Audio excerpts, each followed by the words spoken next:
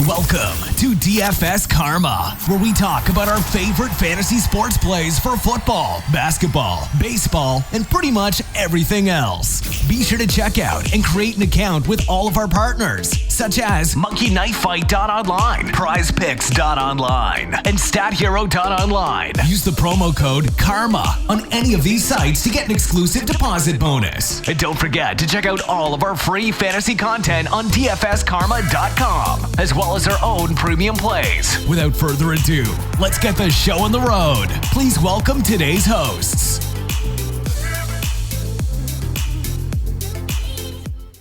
What is up, Karma Nation? Welcome here to the second edition of our March Madness live stream podcast.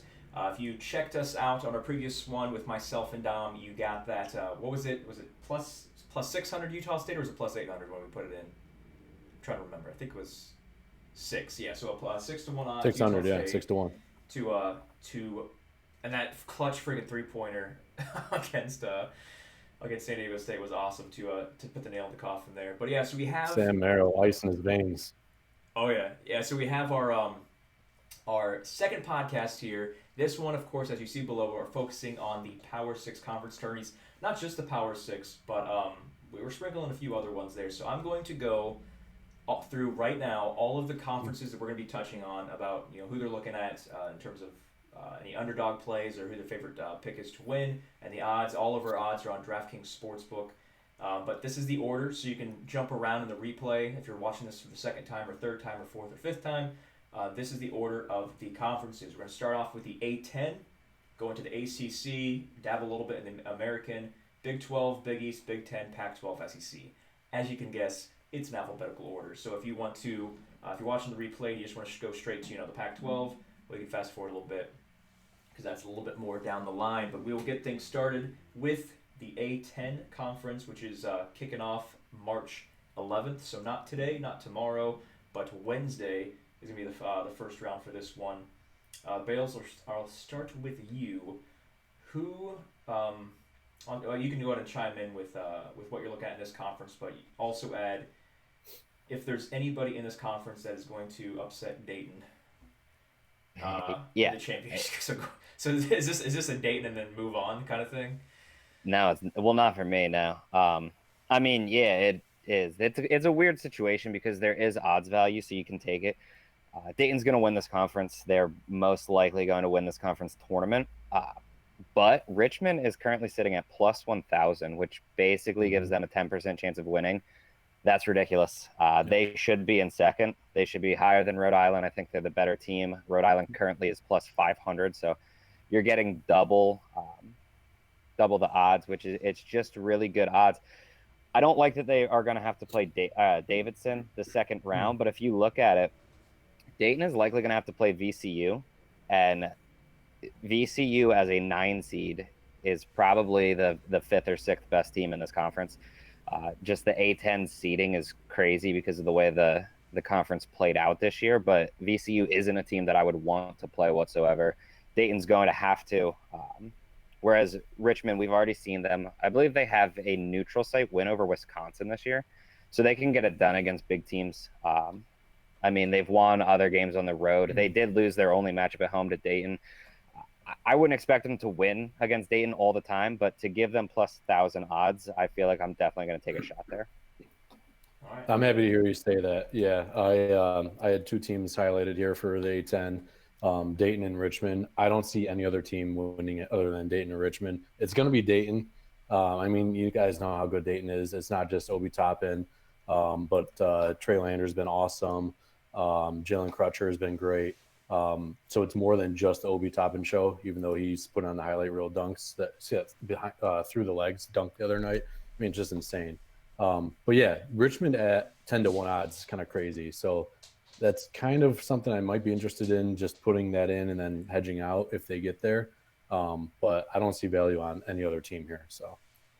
All right, now before we just go to the ACC, just a few housekeeping notes here. So this live stream right now, if you're watching the replay, the live stream is taking place at roughly 3 p.m. Eastern Time on Monday, March 9th. You have a few days left depending on when you're pulling this up, to get your free $20 on DraftKings. This promo's been going on for the past couple weeks. They are wrapping it up here at the end of this week. So make sure that you get your free $20. And if you have no idea what I'm talking about, it's fairly simple. All you got to do is go to dfskarma.com, click the head banner. So banner on top, doesn't matter if you're on your mobile device, doesn't matter if you're on your desktop, laptop, PC, MacBook, whatever. Click that banner, log into your DraftKings account. As long as you deposit $20 or more after clicking that link and logging in, they're going to add a free $20 in play credits. I mean, we've had thousands of people do this because it's literally 20 free bucks, and assuming you deposit at least once in a month, it's worth it for you. Some other things, if you are unaware, these guys are heading up our March Madness package, which you can find on dfskarma.com. Just go to dfskarma.com/shop. You'll see it there. We're going to have expert brackets from Bales. Dom's going to drop one of his in there as well. Brian, who's not on the stream right now, but he will be very active March Madness-wise. He is kind of the GOAT of Price Picks March Madness plays. He's been on fire pretty much all season long. And then we're going to have the bets in there as well, which we're talking about right now. We're just sprinkling a few of these bets in there, but we're talking about daily bets, every single match, every single play, all March Madness long.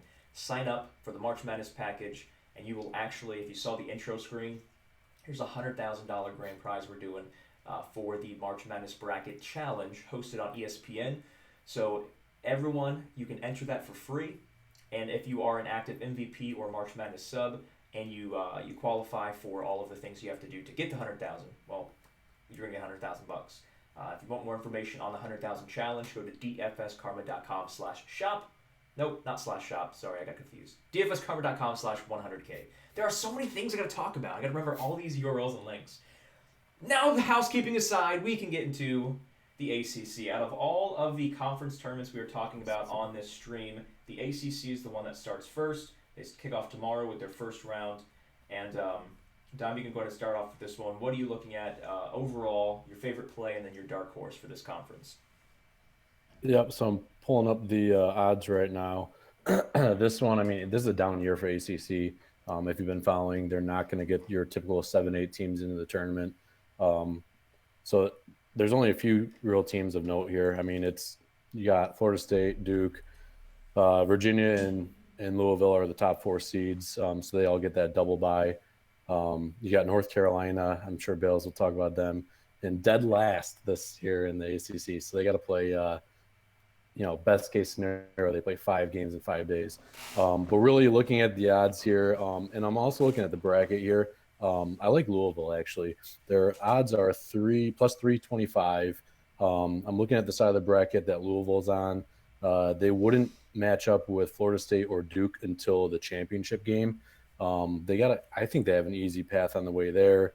Louisville's first game, you're talking Syracuse, North Carolina, or Vatech. Those should all be automatic wins. And then you'd have Louisville playing either Virginia or maybe a sleeper Notre Dame team. I mean, Virginia, I know they're hot right now, and they have actually been rattling off the wins, which is impressive, but all their wins have been by 1 bucket or less. So those were really coin flip games that they could have lost. I would take Louisville there, and then that puts Louisville at the championship game against like Florida State or Duke. So at almost 3.5 to 1 odds, that's the one team I like here for ACC. There's not a lot of big numbers in the ACC for anybody that actually has a chance, in my opinion. Those top 4 seeds are all pretty low odds, so I would have my eyes on Louisville. What are you thinking, Bales? I like Louisville. I actually have them to win March Madness at plus 2,500. I took it before the season, so if they run the ACC tournament, like, I'm in. I think there's value, honestly, on Duke on DraftKings. They're plus 225. Realistically, I feel like they should probably be the favorites to win this. I know Florida State's good. Duke's just a more talented team, though. And don't get me wrong, I am not a Coach K guy. I don't think that he's that good. I do think that he's super overrated. And I'm sure everyone's going to watch this and hate on it. But it is what it is. But I think he's overrated, but he's considered arguably the best coach ever. I mean, it has to be overrated, right? Sure. As for North Carolina, it's funny because I tweet about them winning and running the table and stuff, but 5 games in 5 days is ridiculous. It's not going to happen. There's no shot. There's no chance. The crazy thing is they're like plus 3,000 or something. It's not even bad odds. Like, Yeah, you can't even casinos get are gonna good make money odds. on that though. The one team that I did want to outline here, if I'm not taking Duke, I think that I'm probably going to throw a little bit of money on Notre Dame plus 4,000. They have plenty of senior guys like Mooney. I mean, Durham when he's out, they make a lot of sense. And if you look at where they are in the tournament, they won't have to play Louisville until The semis. after they would already beat Virginia. I think Louisville's better of those two, so I like the matchup against Virginia there. And not saying that they're going to win the tournament, but it is in Greensboro, so there's going to be a lot of UNC fans there. So to think that UNC could beat Virginia Tech, Syracuse, and then potentially upset Louisville, is it likely? No, not even close. But if you would get that to happen, then Notre Dame just needs to go through a North Carolina team on their 4th game in 4 days. Like, there's just odds value at plus 4,000 for a senior-led team that really won't have to play anyone till the semis. No, that's a good point. I mean, I'm looking at, I filled out the bracket this morning for ACC, and I have Notre Dame beating Virginia and then losing to Louisville in the semis. So that's actually great odds. I think they should beat BC pretty easily. I think they could beat Virginia, especially if their threes are falling over that pack line defense. So that's a good point. That's great odds. We both agree that they're probably not going to win it, but you have hedge out possibility if they actually make it to the semis. So. Yep. That's the main thing for people that are watching. They don't literally need to win the tournament. You can just hedge yourself at that point. Like that's what taking the high upside odds are worth. Yeah, 40-1, man. Wow. Might be worth a little sprinkle on that. That is kind of really high odds. That's crazy. All right, let's go ahead and trickle our way over to the American. I know you guys don't have much love for this conference, but as you can see, right behind me, my UCF banner. UCF alum. Was a great season last season. The season's trash. But I believe you both were on the same page when we were talking before the stream that it's pretty much, Houston and move on, especially because it's in Fort Worth, the entire tournament is. Bale's going to start with this one on if you're betting anything in this tournament besides Houston, and then I guess, does UCF have... I won't bet UCF. Have a Cinderella chance to win enough games. They're plus 5,000. They're definitely going to beat USF. This conference actually starts a little bit later. This is March 12th. This one starts. They're versing their number one rival USF, so they're definitely going to be playing Cincinnati, which is the 1 seed. I feel like there's a chance. I feel like we're a very bad team, but we have an amazing coach. We have the best coach in the entire conference. But go ahead, chime in on your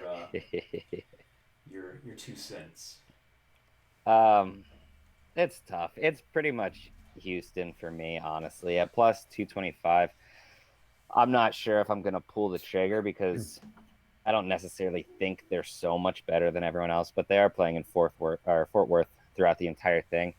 Outside of Houston, Wichita State at plus 400, I don't think is that ugly. I would probably have them a little bit higher than Cincinnati, and Cincinnati's plus 350, so you get a little bit of value there. But I mean, honestly, I feel like this is the one conference that I probably won't have a bet on just because it's tough to get a feel unless I'm just taking the favorite, which is Houston, and I don't really know if I want to do that. All right, what about you, Dan? Yeah, I agree. Houston, I mean, they're in the driver's seat. I had Wichita State highlighted. 4-1 odd seems pretty juicy there. That's worth a look, but I'm not, running to the window to bet on that. But I actually have one that you didn't mention, Bales. I'm curious what your thoughts are on UConn. 18-1. UConn's hot right now. They got talent. They got players like Vital that are just leaders on the team. You got a freshman like Book Knight who's just on fire recently. 18-1. I'm pulling up the bracket right now. See, it's loading. See where UConn's at. First game against Tulane, they should be able to manage that, and then looks like they'd be matched up with Wichita State. Am I seeing that right? So, I mean, we just talked about Wichita State being value, but I guess if UConn gets by them, then you're looking at Cincy. They wouldn't play Houston until the finals. So looking at Cincy or UCF, you can't just throw them out. No, we're not even sure that UCF's going to beat South Florida here. You're a monster. You're a monster. I actually, thinking about that, I do like that. My only issue is it just seems like UConn doesn't travel that well, and they are going pretty far down to That's true. Texas. Gabe Yeah, that's a Garcia great on point. Twitter just chimed in, wanted to say that Grimes kid from Houston is savage. So we got a Houston fan here watching the stream. But yeah, go ahead and Dom with what you were saying. No, I agree with that. Quentin Grimes is awesome. I mean, I was a big fan of his last year at Kansas. I follow Kansas like religiously, so I was sad to see him go. But yeah, he's been on fire now for Houston. So they're definitely the leaders here. I mean, they're a team that I actually think will have more value in the NCAA tournament than they will in the AAC tournament. So Yeah, I would agree with that. I think too. All right, moving on to so I think let me see. Yeah, pretty much the ACC we already talked about. They start tomorrow, Tuesday, depending on when you're watching this, and then every other conference besides the American that we just wrapped up, they start on Wednesday, which is March 11th, and then the American, of course, is the following Thursday. So, Dom, go ahead, start things off with the Big 12. What you're looking at, your favorite, and your dark horse, if any, and you're not allowed to say any word that starts with the letter K. well, this will be tough then. Right. I'll make mine. I'll make this quick. Big 12. It's gonna be Kansas and Baylor in the championship game, and flip a coin to see who brings it on. It's probably Sunday, I think, the championship game. It's Kansas and Baylor for me. That's it. Short and sweet. And so there's no possible dark horse in this one. I'm a Texas Tech hater. I mean, people will hate on me for this. I love Chris Beard. He's awesome. He was great last year, great the year before. To go from Elite Eight up to Final Four. But I think that they have a hard case to really even like, I don't know, they have a poor case to even make the NCAA tournament right now. I say that they're a bubble team. I think they're going to get in, but I'm just surprised everyone's just counting them as a guaranteed lock to make the NCAA tournament. I think they need to get a win in the Big 12 tournament to really feel safe. I think they play Texas first round. But this is not a good Texas Tech team. They're not talented. They're not very good. We've seen West Virginia fall apart late in the season this past month, especially on the road. I mean, away from Morgantown, they're just not a very good team either. So any team that struggles to score for like 6, 7, 8 minute periods, I'm not going to back West Virginia.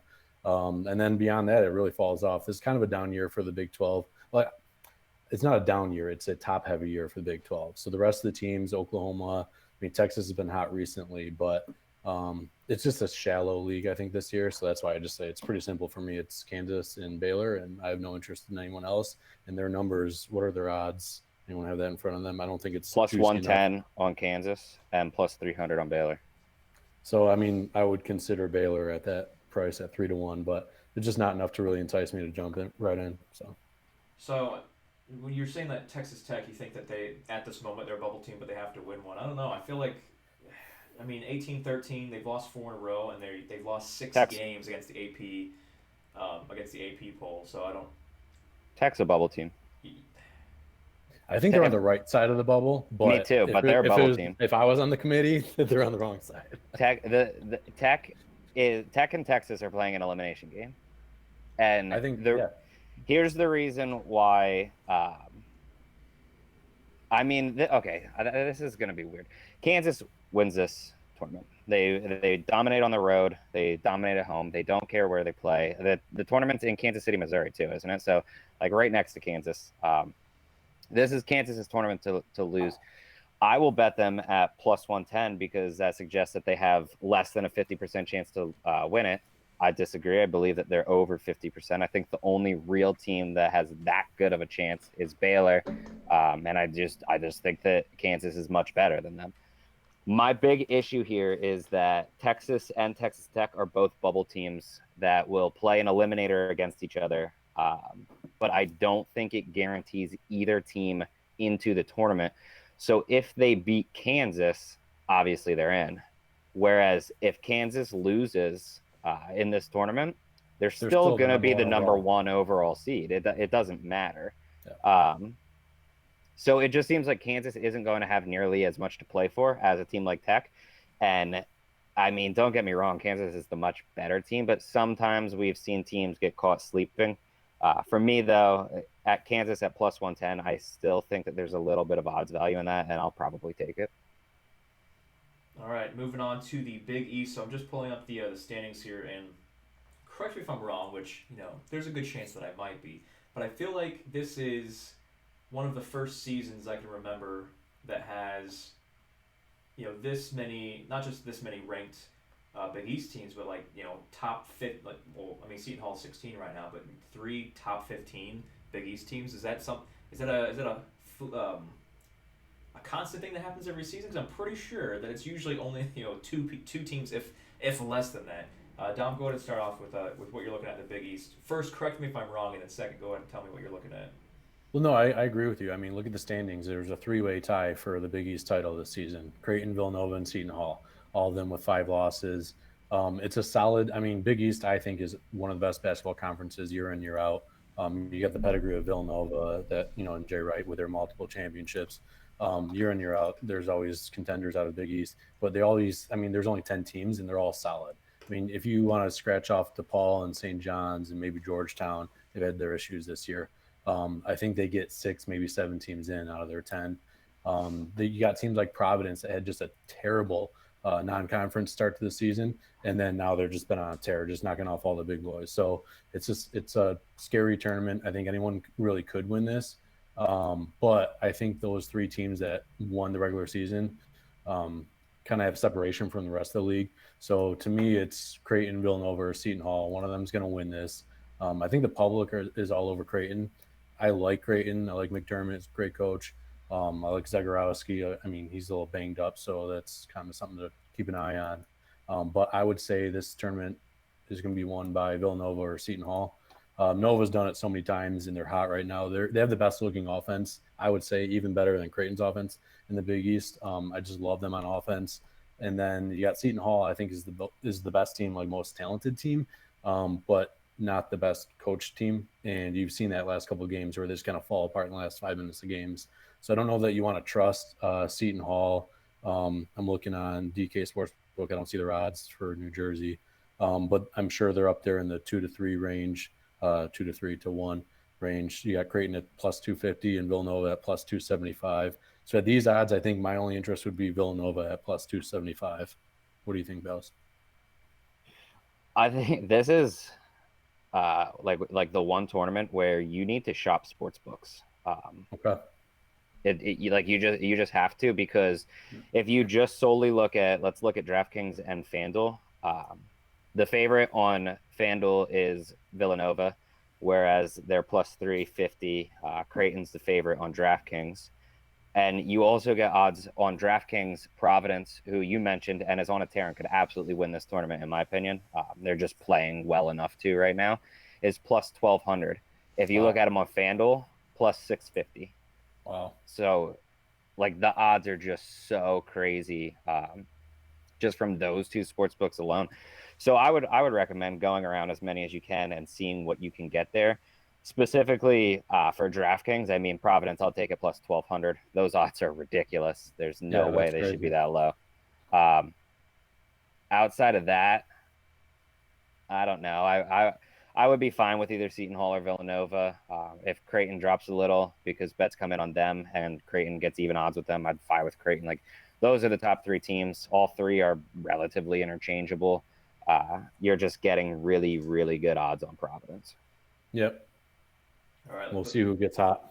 So moving on to the Big Ten, we got a good chunk of teams here in the top 25. Now, something I mean, you guys probably watch a crap ton more of college games throughout the season than I do. But something that I've done for like the longest time that usually helps me when it comes to filling out my bracket is I always pay attention to the ESPN bottom line. I always kind of visually record what ranked teams are losing to unranked teams and what results aren't supposed to happen, like what long story short, Maryland to me is the most overrated team in the entire top 25. Like, every time I've looked at the scores, it's always them losing to an unranked team. And they've only lost 7 games. I'm like, they've lost 7 games. But it's always been. They've lost to Penn State, who's a fantastic team, Seton Hall, fantastic team, Iowa, Wisconsin, Ohio State, Rutgers, and Michigan State. That's not a single bad loss on there. Unless Rutgers was on the road. Their worst loss. Rutgers only lost once at home all season, so yeah, their worst loss is Rutgers on the road. That is bad information you're giving out, my friend. But my point is, though, no matter what seed Maryland is in the bracket, I'm going to be looking to that upset. They're not going to get out of side of the first, or I guess quote unquote second round now. So let me play devil's advocate here, Travis. So Maryland, I feel like every year disappoints in the NCAA tournament. Especially So when they're a 3 seed. in that sense, I agree with you. They constantly underwhelm. But Mark Turgeon finally got off the schneid. This is his first Big Ten championship. It's a three-way split with Wisconsin and Michigan State. But Mark Turgeon finally got that Big Ten title. They have their senior point guard, Anthony Cowan. They got Stick Smith down low. I mean, they have the pedigree for a team that can not only win their conference tournament, but also make a run in the NCAA tournament with a senior point guard that can get buckets. I mean, if you've seen that game at in East Lansing at Michigan State, where Anthony Cowan just played out his mind and they were down 7 with I think 2 minutes left. They ended up winning by 7 on the road in East Lansing, where very few teams actually win. So they have that clutch point guard, that senior point guard. They got the big man down low, who's Stick Smith he's a problem in the paint, but he can also step back and shoot a 3. And then they got guys like Wiggins that can shoot 3s. I mean, it's a solid team. I wouldn't be shocked if they win this Big Ten tournament. Now the Big Ten tournament has been dominated by Michigan State the past, 10 years pretty much. I think there was a couple of years of Ohio State winning like around 2010 or so. But then since then, it's just been Michigan State dominating this tournament. So I could definitely see Michigan State running it. They're getting hot at the right time. Cassius Winston, I think, is one of the best point guards in the entire country. I guess I could see Wisconsin making a little run. I mean, Wisconsin, number 1 overall, number 1 seed. What's their odds? They probably don't have good odds. Plus 400. Yeah. I mean, this is I'm taking Michigan State plus 350. Like I think it's Michigan State, then Maryland, then Wisconsin, probably. I don't mind that. They've been on a tear since Micah Potter returned, but yeah. I mean, I don't know. I don't think that Wisconsin is that good. I think they're playing significantly better than they are. Honestly, you don't need to be that good to win, though. Like, you need to be playing better than your team is. So, but for that, I mean, Michigan State, and you're only losing 50 there. I would definitely go Michigan State. I don't know. I think so. The best part about live stream and about podcasts is we can go back, we can take clips of things. If Maryland goes and wins the entire national championship, it'd be the best clip ever. But no, I don't know. But if they lose first round to a double-digit seed, then we can clip it, yeah, and then I'll be a genius. So that is out of all of the teams that would be a 1 to 5 seed, that is my team that's going to lose to a double digit. That Maryland is my team. I will say, for the Big Ten, Ohio State at plus 800, I don't think's bad either. I think Ohio State's getting a little bit of disrespect there. I know you watched that Michigan State game where Rocket Watch just kept banking in those 3s. Oh man, that's got to be so disheartening. They were in it for a bit, and then right before half, they had the ball. They went down 2 more to put them down 6 instead of going down 2. A lot could have happened where Ohio State would have been right in that game. So I think it was a couple bad turns, and Ohio State at plus 800 is a little low in my opinion. Ohio State's good. They're a really good team. I mean, we didn't even mention this. Big Ten is the best conference in college basketball. They're the deepest conference I think I've ever seen. They're going to get possibly 10 teams in, definitely 8, maybe 9. So that's their range of what they're going to get in. You got teams like Rutgers are going to make the NCAA tournament. I mean, it's a crazy league, but Ohio State's very good. But if you look at the side of the bracket that they're on, okay, they play Purdue at first. I think they should win that. So they both get a single bye, so they don't play Wednesday. Ohio State would play Purdue on Thursday. They should win. But then Ohio State's road gets really tough. They'd have to play Michigan State, possibly Maryland next, and then between Wisconsin, Iowa, Illinois, that side of the bracket. So Ohio State, I think, is one of the toughest roads. So I don't think I personally find value in 8-1. I think I would stick with, between Michigan State and Maryland, if they meet up on Saturday, I think the winner wins the next game on Sunday. All right. Yeah, I could see that. That does make sense, yeah. Maryland's going to lose the first game, I'm telling you. Moving on to the Pac-12. Now, I mentioned when we were talking about the Big East that we have kind of more teams in the top, ranked in general, but the top 15 than we normally see. But this is kind of the opposite for the Pac-12, where I can't remember going into the Pac-12 conference tournament with only one team being in the top 25. Usually, UCLA or USC usually is in the bottom 25 range, along with Oregon. But Bales, you can go and start with this one. Is this just a down year overall for the Pac-12, or is this kind of something that you expected going into the season? Yeah, the Pac-12 sucks. Is it but I guess my question is are you kind of shocked at the results of the Pac-12, or is this something before the season started you're like they're going to suck this year? I mean, I didn't think that they would be as bad as they are. Like, I thought Arizona was going to be good, and I mean, they can't win outside of home. They're not as bad as they were last year, though. Pac-12 last year was absolute trash. So they're a little bit better than where they were last year, but they're still suck. Yeah, I mean, honestly, I thought the conference as a whole, I thought would be better than they are this year. But I mean, yeah, that's not good. It's not a good conference. Oregon's really the only dominant team there. UCLA, that's at plus 600. I mean, they're getting hot at the right time. I think if you want to take a shot on like USC at plus 1400, the odds are just there to take that shot. But they have no backcourt. They have no backcourt. Yeah, you would definitely need to get a little bit lucky if you're taking that. USC, like, God, I would. Whatever your sentence. Did he freeze? Yeah, down. We lost your audio there for a hot second. So whenever you jump back in, you'll go ahead and finish that sentence. But until then, we'll just keep with Bales while Don works on unfreezing himself. So, are you saying that you are putting money on UCLA, or you're only worried about Oregon here? I would consider money on UCLA, but as of right now, I wouldn't make the bet. The only thing, Chris Durate, is that how you say it? I don't know. We have this problem where I can't pronounce names all the time. He's dealing with an injury. He missed their last game against Stanford. It didn't matter. They won by 13. The game was a little bit closer than the score suggests, but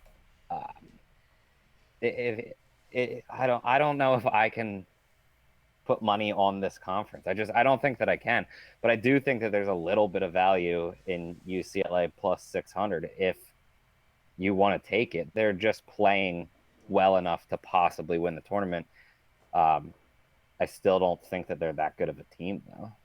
All right, you froze there in the middle of a sentence, and then you dropped out, but you're back in. So, I forgot what you were talking about. We're still in the Pac-12, though. I think I was venting about USC. Yeah, so the backcourt. I swear, if you just froze again. He did it again. So, apparently there are hackers at USC that anytime we stream and mention USC about not having a backcourt, now just freezes. So when he comes back, we need to remind him not to talk about USC's backcourt. Yeah. So while he's working on restarting that, which he can chime in on the backcourt whenever he wants to, but I won't talk about it. Okay, we can hear you, so there's that. We just can't see you. Your video's got to pop back up here, but while you're working on the video, go ahead and let's move on to the last conference here of this stream, which of course is the SEC. So Bales, while Dom's working on figuring out the camera stuff, go ahead and chime in on that there for us. Yeah, tough conference. I think the top 4 teams probably are a lot closer than people give them credit. Most people think Kentucky is just going to dominate, and I will say Calipari does have his team playing extremely well. I don't think that they're immune to a loss, and to act as if Kentucky is just easily going to win this conference, I just don't think that it's right.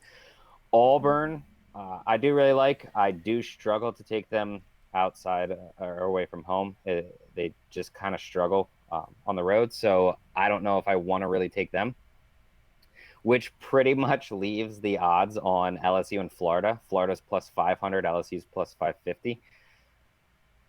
And I mean, it's difficult to trust either one of them. I guess if I'm taking one of them, I would probably go Florida. I do have Florida to win the national championship at plus 6,600. I took it before the season, and then they went up to like plus 2,000 at one point, and I felt really good. Turns out they're just not that good. So it is what it is. but I do think that they have the talent of their team if they catch fire that they definitely can run the table and win the SEC. This is just another conference similar to the Pac-12 though, where I don't really feel confident in betting anyone. Even like Mississippi State at plus 1400, like I think they have the upside to win it all. I just don't think that they really have the consistency to do it, which it just puts you in a bad spot. And when I feel like I'm in a bad spot to make one of these bets, it's probably honestly just best to avoid. You don't really need to bet every conference. So I will probably avoid the SEC. All right, Don, before you start talking, do not mention USC backcourt because every time you do, bad things happen. So we are now in the SEC. We're not talking about USC at all, but go ahead and tell us, well, I guess chime on Bales' thoughts and then go ahead and tell us what you're looking at for this one. So there's only two teams I have interested in here. Kentucky looks like they're about 2-1. Not sure if that's different. Probably want to shop books for that. They're the best team in the SEC. I think Kentucky's a top 5 team in the country. I think Kentucky's based on matchups. I think Kentucky's going to make the Final Four. I have futures on Kentucky to win it all. Based on their bracket, I think they really could win it all. That's how good I think they are. But it doesn't mean that they're going to win the SEC tournament. Motivation is clearly a factor. If you watch their last 2 games after they already won the SEC regular season, they kind of just blew a 16-point lead against Tennessee. Then they almost blew the last game. They won by 1. So motivation is a factor. We'll see how they play in the SEC. 2-1 is not great odds.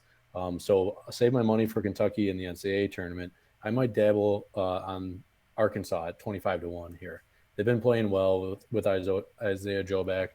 They're a good team. 25-1. That's crazy. Let me see if I have the bracket here. I want to see which what section of what are their matchups. So they would play. Okay, so they have a single bye. So they play South Carolina the first game.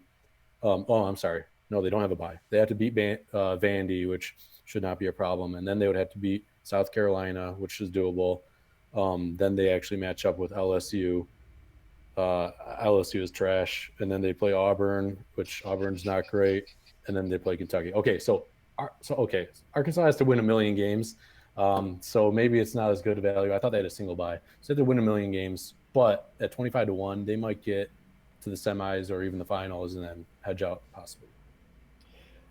I do like the odds. I do think that they're a good team when Isaiah Joe plays. My big issue with Arkansas is they have literally no size. And like when you're, I mean, I get it. They can score and they defend a 3 really well. So it always puts them in a spot where they can win. But I mean, if they're just giving up a ton of boards to these top teams, I feel like it's going to be very difficult to win. What do they have to win? 5-5? Yeah. Yeah. It seems unlikely. I think they can win 3. I think they can win 3 in a row, maybe 4. Yeah, I wouldn't put it out of the question. I do think they're probably undervalued just because it doesn't seem like people really watch Arkansas very much. And then they lost a bunch of games in a row because Joe was hurt. And I feel like people haven't really adapted to the fact that he's really that good. Like, he's a very good player. I don't know. My big concern is that for the majority of the time on the court, their tallest player is like, what, 6'5"? I think it is Isaiah Joe. Be a problem against Kentucky, that's for sure. So yeah, and per minutes of their top 5 players. I mean, they obviously have like Bailey plays, he's 6'6". Chaney's 6'8", but he only plays roughly 30 minutes or 30% of the minutes. Their biggest player is actually Isaiah Joe and Mason Jones, both at 6'5", which, I mean, yeah, it can get it done against certain teams, but when you're dealing with teams that have really good offensive rebounding and they're going to get easy putbacks, you're going to put yourself in a pretty difficult spot to win that game.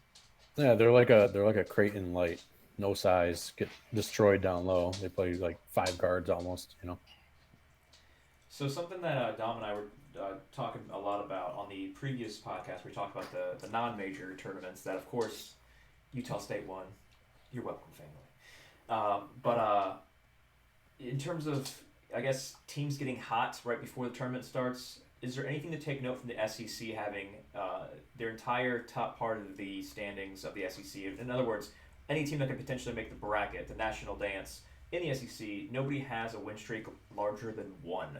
Is there anything in terms of nobody being relatively hot, leading directly into the conference tournament? Is there anything to take from that, or is it just coincidental? I think that's I think that's all relative to what you consider hot. Kentucky's won 9 of 10, so they lost 2 games ago, but I mean 9 of 10 is still pretty good. So I think it's all relative to what you, as a person, would like. If you want them to be on a win streak, you're not really going to get that. But like, Kentucky has been playing nearly as well as pretty much anyone in the NCAA. They just have a tough loss to Tennessee, but they had already clinched. They were probably still feeling the high from that game. And you can tell because they went down to Florida early, and they came back and they did win the game. A 1-point win over Florida is nothing to write home about. It's not a bad win whatsoever, though. I believe it was on the road, too, so that makes it a little bit better. But when you look at the fact that in the first half they were down double-digit points, I believe, after they had already clinched the SEC, like they had nothing to play for, and they still played to win. So I feel like that's more of something that you should be looking at versus kind of they recently and their lost. loss. Well, their loss to Tennessee, I mentioned they lost to Tennessee at home. That's a bad loss. They're up by 16 in the second half. I mean, they just gave up. It was an issue of motivation. So ever since they clinched the SEC, those last 2 games against Tennessee and Florida, they had motivation issues. So are they going to be motivated for the SEC tournament? I hope so. NCAA tournament, definitely. So, I mean, I think it's just purely motivation. And then the neutral side actually helps Kentucky. If you look at their home road splits, Kentucky, for some reason, can't make a 3 at Rupp Arena, which interestingly enough, that's crazy. They don't practice at Rupp, though, which is weird. They actually do not practice in Rupp. So there's something to that. It's weird. I mean, they have a great home court atmosphere, but they can't make a 3. On the road, they're actually much better at shooting 3s. And Quickly has been, the biggest factor in that. He's just been on fire recently. So I know they have a 1-game win streak, but I would say Kentucky's hot. All right. As a side note, I also don't think the SEC is that good this year. So it's kind of Kentucky, and then I think Auburn, LSU, and Florida are all there. They're just not great, I don't think. I honestly don't even think Kentucky is – I don't think they're top 5, honestly. I do think they're a good team. I do think they have the potential to possibly win it all. But I mean, they're getting hot at the right time too. They had some that bad Evansville loss. I actually bet Evansville in that game. Not money line, unfortunately. But they're getting 20-something, right? Yeah. I think it was like 23 or something, and they lost the game. But regardless, I think it all comes down to what you as a person would just define as hot. But I do agree that the majority of SEC teams have been losing recent games. They just kind of keep splitting, and that just goes to show you that no one's really sticking out because they're all conference games regardless. So the conference is kind of up in the air outside of Kentucky running through everyone recently.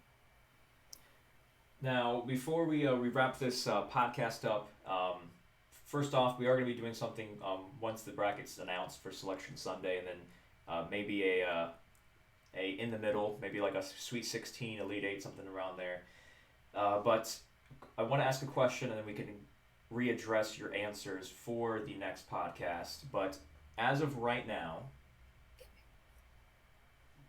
what is a team that you currently do not have money on, personally, what is a team that you think that you do not have money on that you, based on right now before the conference tournaments or the ones that already happened or whatever, based on this second right now, so a team that you do not have money on that you are leaning towards betting to win the NCAA tournament. So somebody you haven't already put a futures bet on, but you're like, well, I kind of like them. They're kind of hot.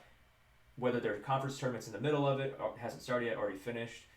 Bales, who is your team that has been growing on you, I guess is the question. Give me 1 second because I'm not going to bet on a team. I will bet on the odds, though. So let me quick see what the odds are. So it's going to be tough for me to answer because I actually have futures on a lot of teams. Yeah. I got all 68 of them. I can't lose. But I do like a handful of preseason futures like over the summer. So I got great odds on the Zags. They're one of my favorites to win it. And And then I recently, I think like last week or maybe a week and a half ago, I added like 3 more teams to my mix. So I added Villanova and Seton Hall. And Villanova's offense is just so good. Jay Wright is one of the best coaches in the country. Sadiq Bey is playing out of his mind.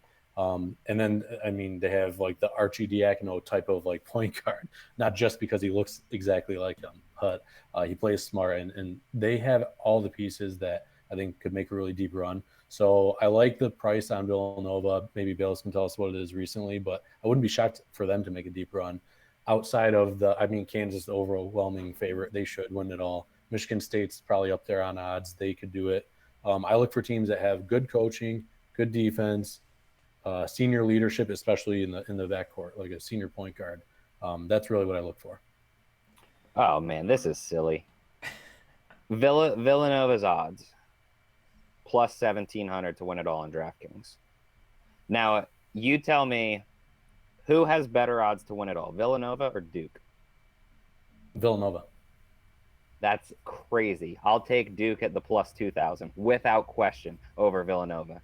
No question about it. I'm surprised at those odds because Duke is such a public darling that I'm actually surprised Duke isn't high, better odds than Villanova. But in reality, I think Duke has no shot to actually win it all. I mean, matchups are everything. So let's see what the bracket looks like. But matchups aside, I don't see it. I don't like Duke to win it either. I mean, we basically do this every year. Duke brings in a bunch of freshmen, come tournament, they can't win it. Obviously, it's the same thing every single year.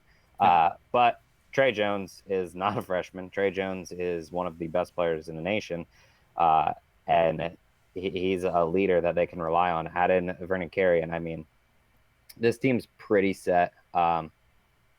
I mean, I know they've had their bad losses, but you just need to get hot. And when you have a leader that, I know he's only a sophomore, but when you have a leader like Trey Jones, and then you have a bunch of freshmen that can rally behind them when they're hot, it's going to be tough to beat them. And if you're getting plus 2,000 odds on that, definitely willing to take it, especially since if you look at KenPom, I mean, it's some of the most predictive numbers out there, and they're ranked 5th.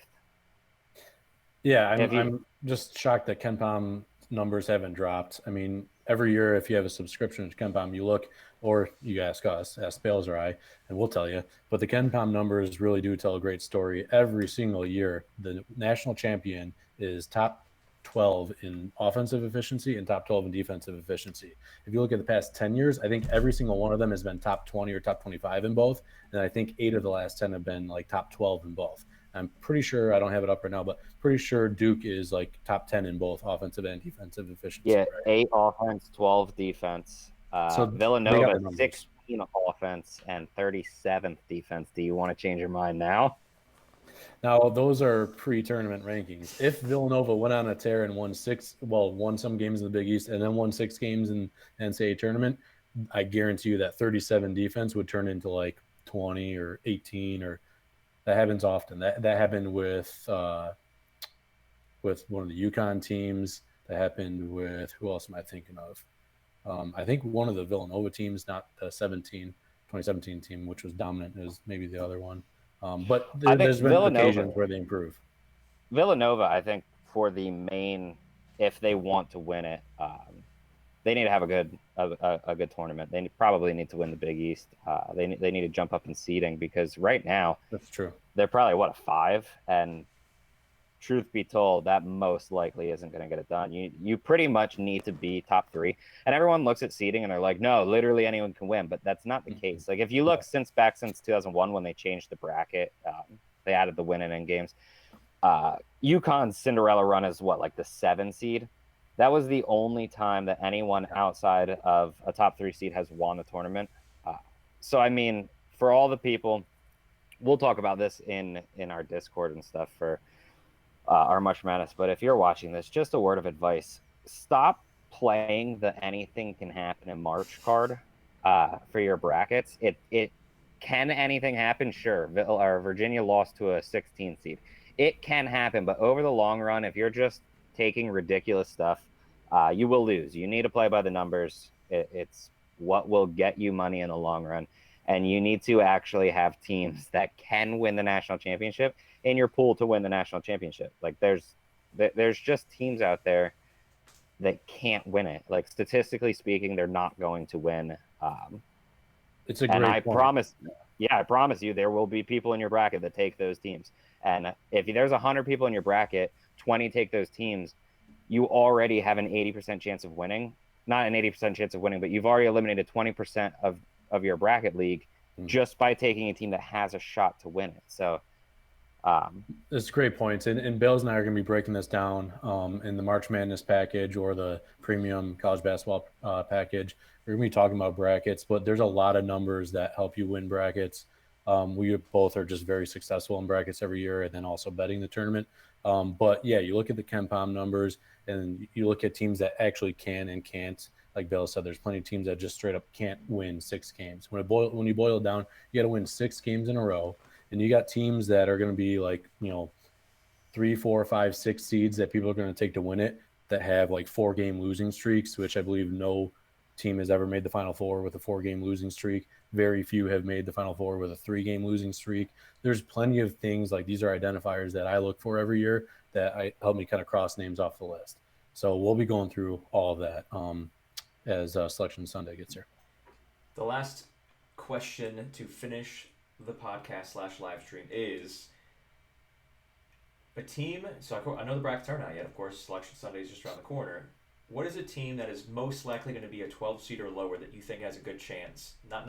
Of course, we need matchups and all that stuff, but just based on the team itself, what is a team that is projected roughly to be 12? Of course, depending on what they do in the conference tournament, but 12 seed or lower. Off the top of your head, is there anybody that you're like, I feel like if they have, depending on the matchup, whatever, they have a shot of being that double-digit victor, if you will.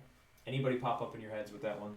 Are you saying they'll make a run, or are you saying just they'll win? Just a 12-seed or lower. Which team, a 12-seed or lower, wins their first game, and not like a playing game?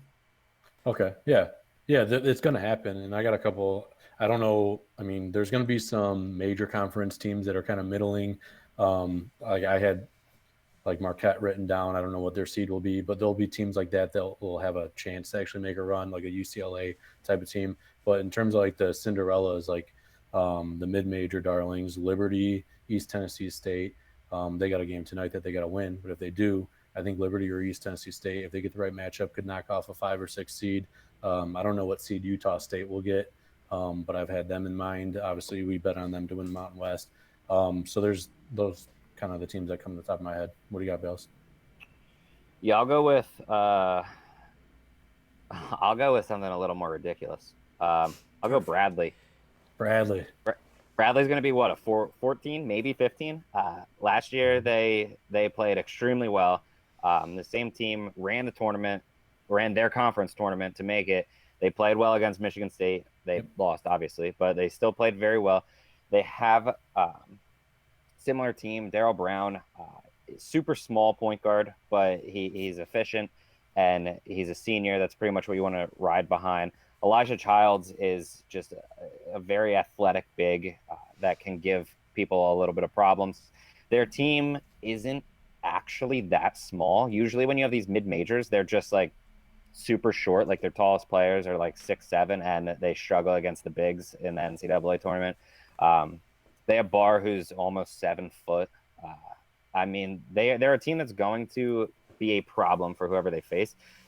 I think it just depends on who they face. If they play one of the like better 3 seeds, most likely they're not going to win. But if they get a good draw, they could be like 14 or 15, and they could possibly knock a team off.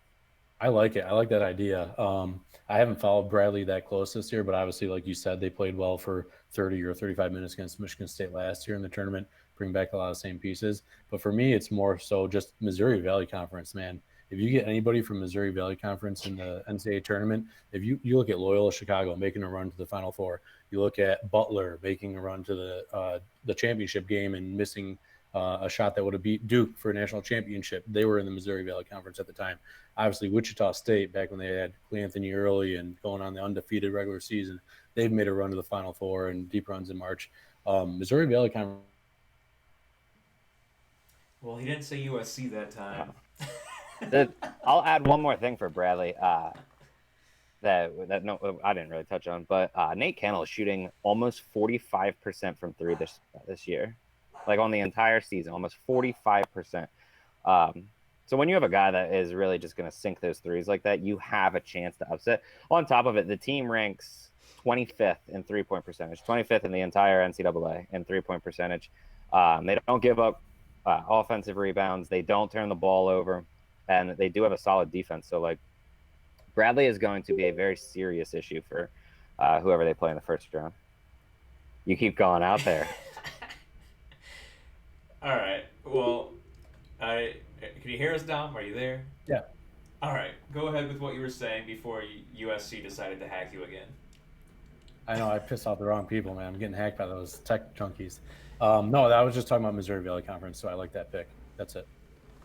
All right. Well, that wraps up this stream for everyone who tuned in. We appreciate you. If you, all of the future things, recorded podcasts are going to be in our YouTube channel. So if you're not subscribed yet, well, that's something you need to do today. So as soon as you hear this, turn this off. If you're not already on the YouTube channel, go over to YouTube. You can either search in YouTube DFS Karma or Bet Karma or Karma Media. Any of those things pop it up, or just go to your browser, type in karmamedia.live. Subscribe to the channel, click the bell, which is the notification icon, so when we go live again with March Madness, you guys will get notified, and you can tune in right then and there. So, just do the housekeeping things over again. You have a few days left to access the Get $20 free and play credit, that DraftKings promo. Go to dfskarma.com, click on the head banner to log into your account, deposit $20 or more, and DraftKings, because we're partnered with them, are going to add a free $20 to your account. And lastly, of course, the March Madness package. If you want to win your office pool, if you want to win your work league, if you want to win, a friend's pool, or if you're actually in a competitive one on one of the betting sites, or just somewhere else, and you're playing for a lot of money, you need the expert brackets. You need these guys who have, like they were talking about the Ken Palm ratings. They have the access to that. They have access to tons more analytics besides that. You're going to need to get the March Madness package. It is a one-time cost right now, as of this recording, is $29.99, and on Selection Sunday, so once Saturday turns into Sunday, it goes directly up to $39.99 once all the hype starts building around the bracket. So if you want to make sure you save the $10, go to dfskarma.com/shop. Get the package before Selection Sunday, so you save yourself $10. And of course, get in the $100,000 challenge. We are giving away $100,000 for anyone who's in our bracket challenge on ESPN and completes the near impossible, which you can see the details of that by going to dfskarma.com/100K. We do appreciate you guys chiming in. Is there any last words from either Dom or Bales before we wrap this thing up? Anything else? Nope. Nope. I think I'm good. All right, guys. Well, we will see you on our next one, which should be dropping Selection Sunday, if not the Monday after that.